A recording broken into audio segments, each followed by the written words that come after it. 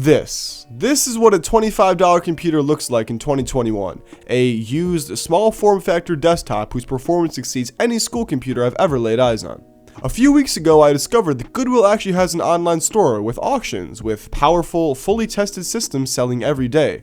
See, I was looking to build a new test bench setup after selling my old 9590 build a few months ago, but I wasn't looking to spend a lot of money. Really, just holding out for an overlooked item on the used marketplace. And, in my opinion, that's exactly what I found. On this website, i5 desktop computers often sell for somewhere between $50 to $100, depending on the processor model and RAM quantity. But my budget was pretty low, so I eventually settled for this, the HP ProDesk 400G1 SFF. It's not quite as powerful as some of the aforementioned i5 systems, but I bought this computer primarily due to one aspect, the upgradability. It seems that this specific model is one of the lower spec ProDesk computers with two 4GB sticks of DDR3 RAM, a dual-core i3-4130 clocked at 3.4 GHz, and an acceptable 500GB hard drive.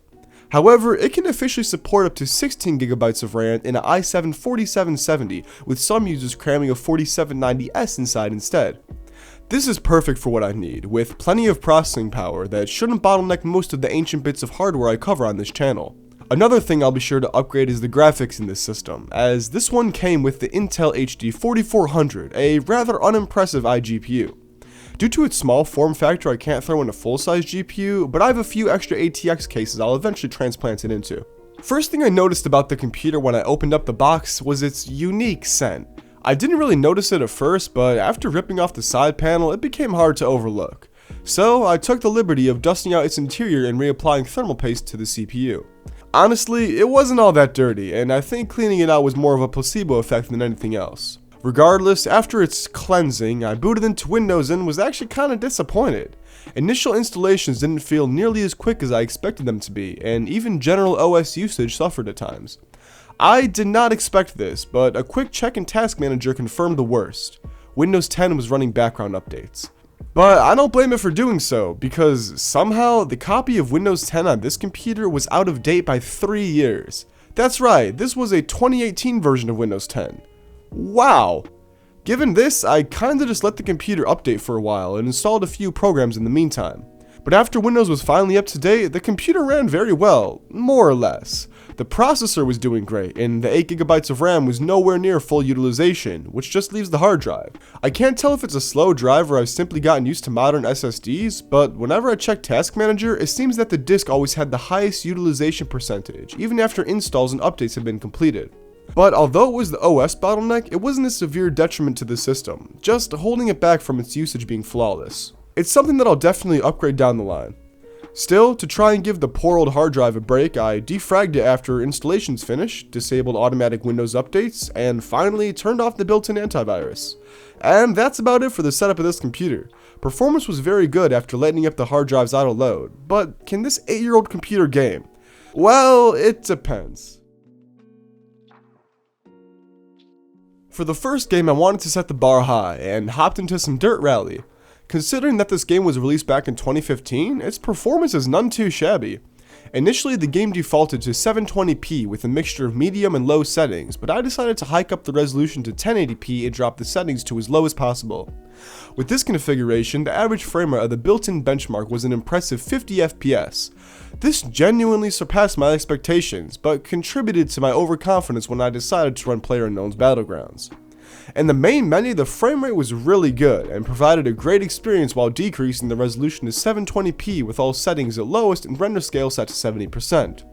But as soon as I loaded into a lobby, I knew that I made a mistake, evidenced by the single-digit frame rate.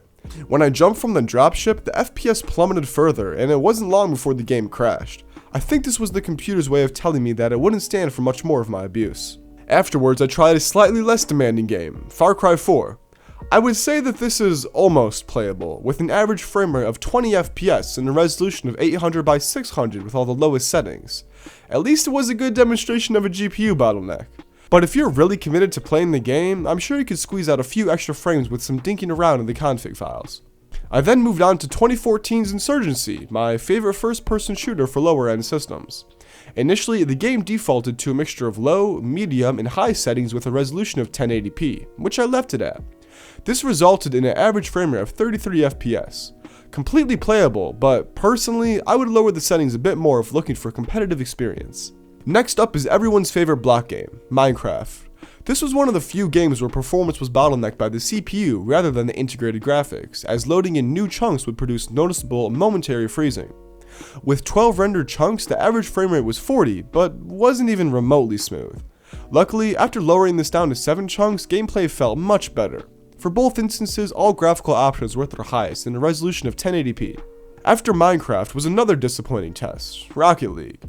From what I remember, this game is pretty easy to run, so the average frame rate of 24 FPS came as an unpleasant surprise, and that was in 720p with the lowest settings. But based on this gameplay, I don't think I can blame the frame rate for my inability to score a goal. The final 3 games are what I would consider classics, beginning with Portal 2. In 1080p with the lowest settings, the average frame rate was a smooth 59 FPS, about what I'd expect from a game that released a few years before this computer with minimal system requirements. Following Portal 2 was Half-Life 2, another older title, this time from 2004. I played this one in 1080p with a mixture of medium and high settings, resulting in an average frame rate of 112 FPS. Overall, pretty impressive with plenty of room to spare, so you could easily max out this game and achieve a solid 60 FPS if you so desired. Finally, I finished up benchmarking with Left 4 Dead 2. This one didn't perform quite as well as Half-Life 2, but the computer pulled a respectable frame rate of 45 FPS. For this one, I used the recommended graphics configuration in 1080p, and it ran pretty well. Admittedly, there was a bit of stuttering here and there, but nothing too bad.